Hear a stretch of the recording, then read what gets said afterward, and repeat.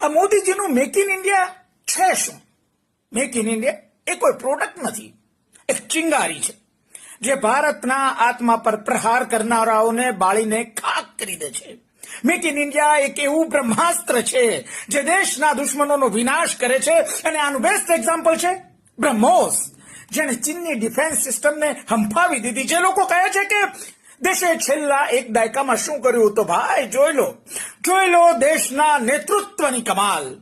જે Indian defence system પર પ્રશ્નાર્થ કરે છે, એર સ્ટ્રાઇકના પ્રૂફ માંગે છે, એ લોકોને જડબાતોડ જવાબ છે બ્રહ્મોસ. પાકિસ્તાને પહેલગામ એટેક પછી જ્યારે તુર્કી અને ચીન જેવા દેશોના શસ્ત્રોનો ડિફેન્સ સિસ્ટમનો ઉપયોગ ભારત સામે કર્યો, ત્યારે આપણી ઇન્ડિયન આર્મીએ બતાવ્યું કે નવા ભારતની તાકાત શું છે.